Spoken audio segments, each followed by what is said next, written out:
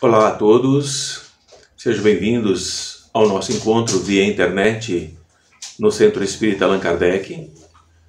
Eu sou o Antônio e hoje eu falarei um pouco sobre o capítulo 15 do Evangelho segundo o Espiritismo. Fora da caridade não há salvação.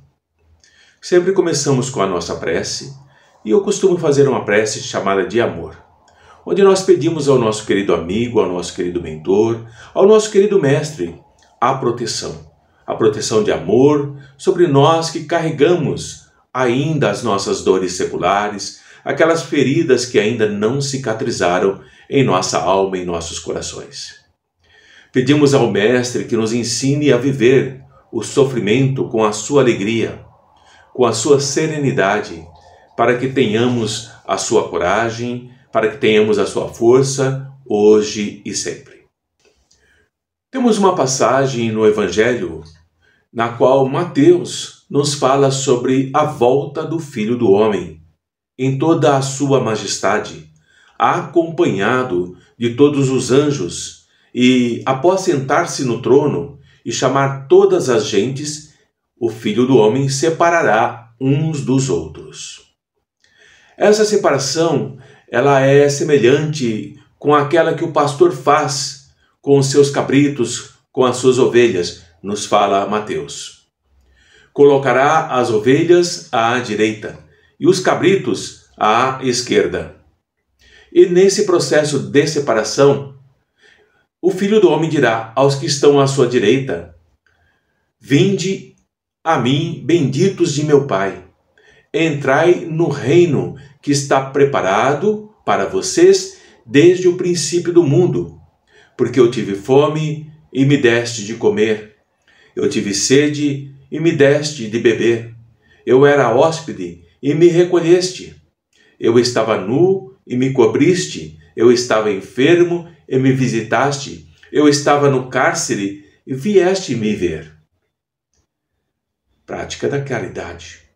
Então lhe responderão os justos, dizendo: Mas, Senhor, quando é que nós te vimos faminto e te demos de comer, ou te vimos sequioso e te demos de beber? E quando foi que nós te vimos hóspede e te recolhemos, ou te vimos nu e te vestimos? Quando, Senhor? Ou quando te vimos enfermo ou no cárcere e fomos te ver? Fala-nos sobre isso. E o Senhor lhes dirá: Todas as vezes que fizestes isto a um destes meus irmãos mais pequeninos, a mim é que o fizestes. Então o Senhor dirá aos que estão à sua esquerda: Apartai-vos de mim, malditos, para o fogo eterno, porque eu tive fome e não me deste de comer, eu tive sede e não me deste de beber, eu fui hóspede e não me recolhestes, eu estava nu e não me cobristes, eu estava enfermo e no cárcere, e não me viestes me visitar. E eles também responderão dizendo ao Senhor: Mas, Senhor, quando é que nós te vimos faminto, sequioso, ou hóspede, ou nu, ou enfermo, ou no cárcere, e deixamos de te assistir? Quando, Senhor? Quantas vezes, o Senhor responde, deixastes de fazer a um destes mais pequeninos, a mim deixastes de fazer. E irão estes para o suplício eterno e os justos para a vida eterna. Jesus está nos ensinando nessa passagem belíssima que amar é dever de todas as criaturas e ninguém pode se eximir de fazê-lo. E esse amor deve ser incondicional, chegando à totalidade como experiência de autoiluminação e de autolibertação daquele que se propõe a amar. Mas um doutor da lei se levanta e, para tentar desafiar o mestre, lhe pergunta: Mestre, o que hei de eu fazer para entrar na posse da vida eterna? E Jesus pergunta: O que está escrito na lei? O doutor da lei tem que responder: como você lê a lei? Ele, o doutor, respondendo, disse: amarás o Senhor teu Deus com todo o teu coração, de toda a tua alma e de todas as tuas forças, e com todo o teu entendimento, e ao teu próximo como a ti mesmo. E Jesus lhe diz: respondeste bem, faze isso e viverás. O doutor da lei, querendo justificar-se a si mesmo, pergunta a Jesus: mestre, e quem é o meu próximo? E diante dessa pergunta, Jesus desenvolve a parábola do bom samaritano, onde vai nos ensinar o que é o próximo. E começa dizendo: um homem descia de Jerusalém a Jericó e caiu na mão dos ladrões, que o roubaram daquilo que ele levava. E depois de o terem maltratado com muitas feridas, se retiraram, deixando-o meio morto, abandonado. Passava pelo mesmo caminho um sacerdote, e quando viu o homem caído e ensanguentado, passou ao longe, se afastou, não o socorreu. Passou também um levita, que chegando perto daquele lugar e vendo o homem ferido e ensanguentado, passou também ao longe, se esquivou, não o socorreu. Mas um samaritano que ia no seu caminho chegou perto desse homem ferido e ensanguentado, e quando o viu, se moveu de compaixão. Se aproximando, cuidou das feridas, lançando nelas azeite e vinho, e pondo-o sobre a sua montaria, o levou para uma estalagem e cuidou dele. E no outro dia, tirou 2 denários e deu-os ao estalajadeiro, e lhe disse: cuide desse homem. O quanto gastares além do que eu te dei, eu te satisfarei quando eu voltar, eu te compensarei. Qual desses 3 te parece que foi o próximo daquele que caiu nas mãos dos ladrões? Pergunta o mestre Jesus. O doutor da lei teve que responder. Respondeu: aquele que usou de misericórdia. Então Jesus diz a ele: pois vai e faze tu o mesmo. Esta passagem linda está em Lucas, no capítulo 10, versículos 25 a 37. Portanto, toda a moral de Jesus se resume na caridade e na humildade. Ou seja, nessas 2 virtudes contrárias ao egoísmo e ao orgulho. E em todos os seus ensinamentos, mostra essas virtudes como sendo o caminho da felicidade eterna. Isso está em todo o Evangelho do Mestre. Bem-aventurados, diz o Mestre, os pobres de espírito, os humildes, porque deles é o reino dos céus. Bem-aventurados os que têm o coração puro. Bem-aventurados os mansos e pacíficos. Bem-aventurados os misericordiosos. O Mestre ensina direitinho. Amai o vosso próximo como a vós mesmos. Fazei aos outros o que desejaríeis que vos fizessem. Amai os vossos inimigos. Perdoai as ofensas, se quereis ser perdoados.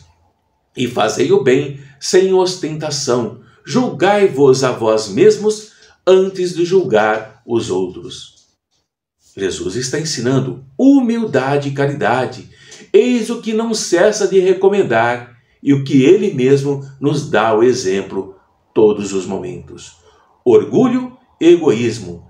Eis o que não cessa Jesus de combater, ensinando a humildade. Mas Jesus fez mais do que recomendar a caridade. Colocou-a claramente em termos explícitos como a condição absoluta da felicidade futura. A única condição. Passai à direita, vós que socorrestes aos vossos irmãos.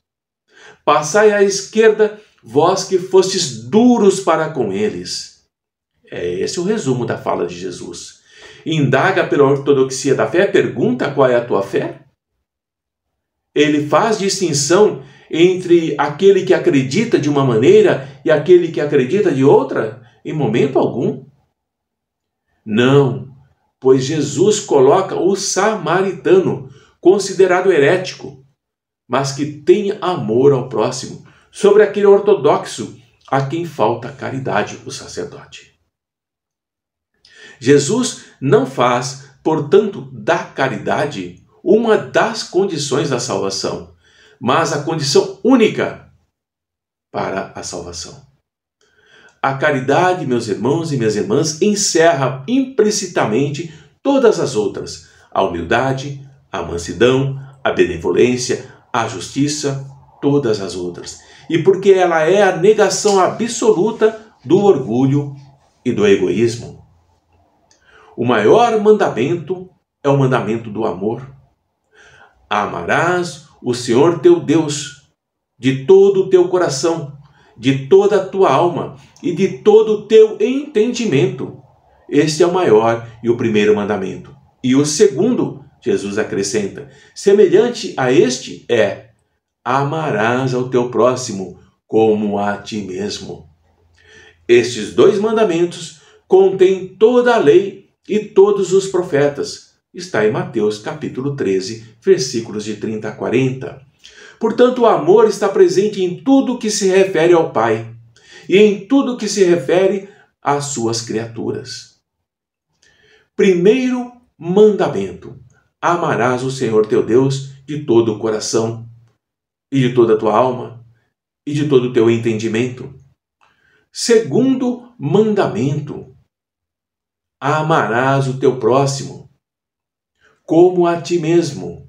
O amor ligando o pai e o filho. Fazer o mesmo, aquilo que o samaritano discriminado, detestado, fez em relação ao seu próximo, que era judeu, seu perseguidor. É a mais vigorosa lição do pensamento cristão primitivo que Jesus nos trouxe, que se entregava ao amor, especialmente direcionado àqueles que o malsinavam, que o prejudicavam e impiedosamente fustigavam com ódio inclemente os seguidores de Jesus. Os samaritanos eram odiados. Jesus aceitou o ambiente em que ele deveria viver, mas não permitiu que o mesmo influenciasse a sua conduta, alterando o programa que trazia de Deus para a renovação estrutural das criaturas e do mundo social daquele e de todos os tempos futuros. Vivemos esse tempo, precisamos não deixar que nos corrompam.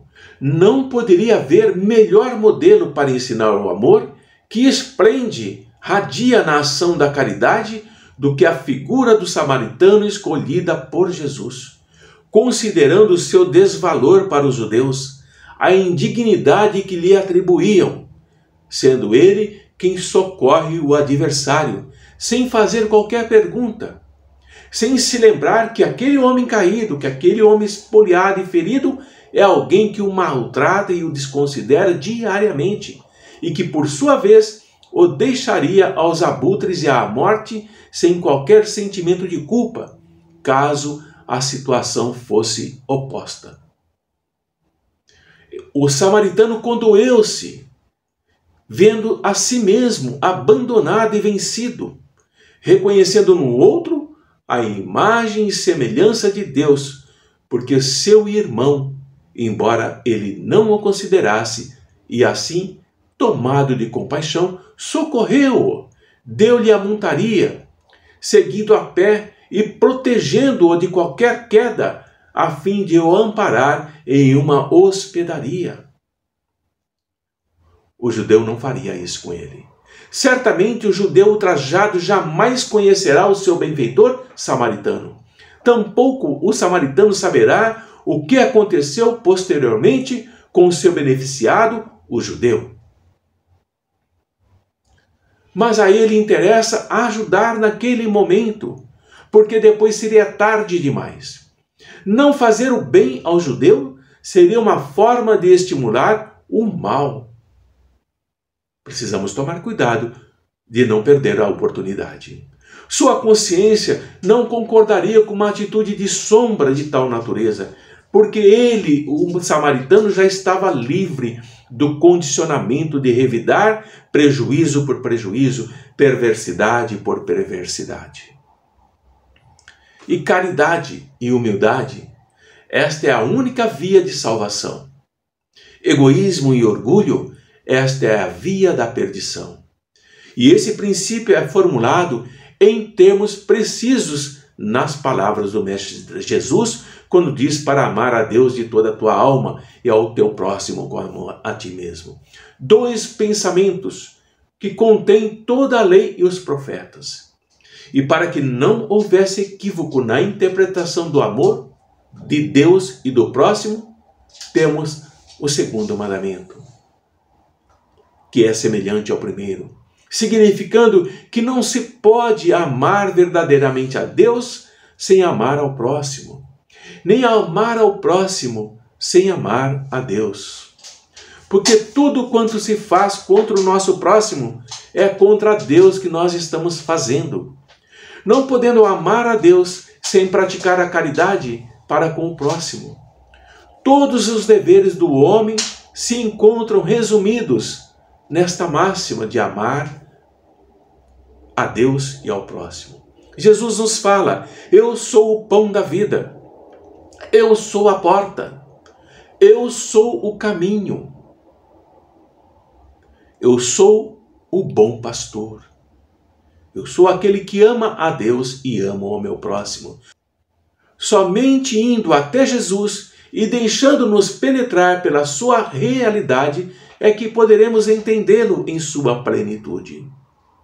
Que poderemos entender que a energia do Mestre expressava-se com brandura, com caridade, com benevolência, que a sua bondade se manifestava sem pieguismo, sem humilhar, que a sua coragem exteriorizava-se como valor moral que nada temia, que o seu amor, meus amigos e meus irmãos, abrangia todos os seres sem se deixar arrastar pelos sentimentalismos banais e desequilibrados que nós ainda temos.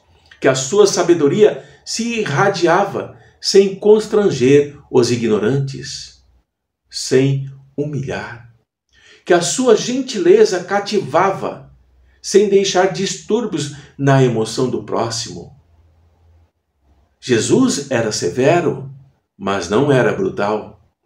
Jesus era afável, mas não conivente.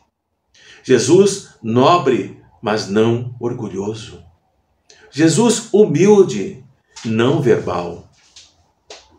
Nele, no Mestre, coexistem as naturezas psicológicas, ânima e ânimos, em perfeita sintonia. Nós estamos buscando essa sintonia. Portanto, no Sermão da Montanha, a sua natureza feminina consolou e espraiou a esperança para aqueles que o ouviam. No Gólgota, a sua expressão ânimos, a masculina, alcançou o máximo após as rudes e profundas experiências daquelas horas que se iniciaram na solidão do horto e se prolongaram até o momento da sua morte pela crucificação. A divina energia, temos que entender, penetra em tudo suavemente, enriquecendo de vitalidade todos os organismos que a recebem. Nós estamos envolvidos na energia sublime e divina. Precisamos recebê-la. Quem sintoniza com a mente divina sempre vai exteriorizar paz, caridade, irradiando uma alegria de viver.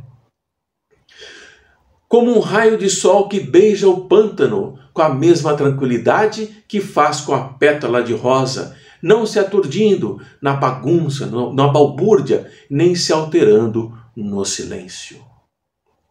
Jesus nos ensina que ao invés de revidar o mal que nos impõe, nós devemos oferecer o amor que falta a eles em forma de perdão e de fraternidade que eles necessitam. Nunca hostilizar a ninguém, porque superar as heranças do primarismo, aspirando às vibrações elevadas dos planaltos da felicidade no mundo espiritual, onde se encontra psiquicamente o Mestre e todos os espíritos já elevados. Sentir-se estimulado para a evolução e mais doar para constatar que quanto mais imensa é a carência daqueles que ainda se estorcegam nas paixões perturbadoras, nos desequilíbrios, nas sombras. É preciso aprender a perdoar os nossos perseguidores, porque eles já são infelizes em razão daqueles que eles cultivam no íntimo e daquilo que eles realmente são. Não podemos nos deter, nem nos entristecer diante das incompreensões, nos ensina o Mestre, porque nunca agradaremos aos exigentes, aos irresponsáveis, aos ignorantes. O Mestre não o conseguiu. Então é preciso agradar a nossa consciência do bem e prosseguir com alegria íntima pelo roteiro que nós elegemos e não olhar para trás. Porque, meus amigos, meus irmãos, fora da caridade não há salvação. E a caridade que vem do coração, não essa que nos ensinam, que é de pura hipocrisia. Paz a todos, que a luz do Mestre Jesus esteja nos nossos corações, que nós possamos praticar, no mínimo que for, a caridade que já brota em nossos corações e estua em nossas almas. Possamos distribuí-la com amor aos necessitados, para que eles possam também encontrar o caminho do Mestre Jesus. Fiquem em paz, que a luz do Mestre ilumine a todos.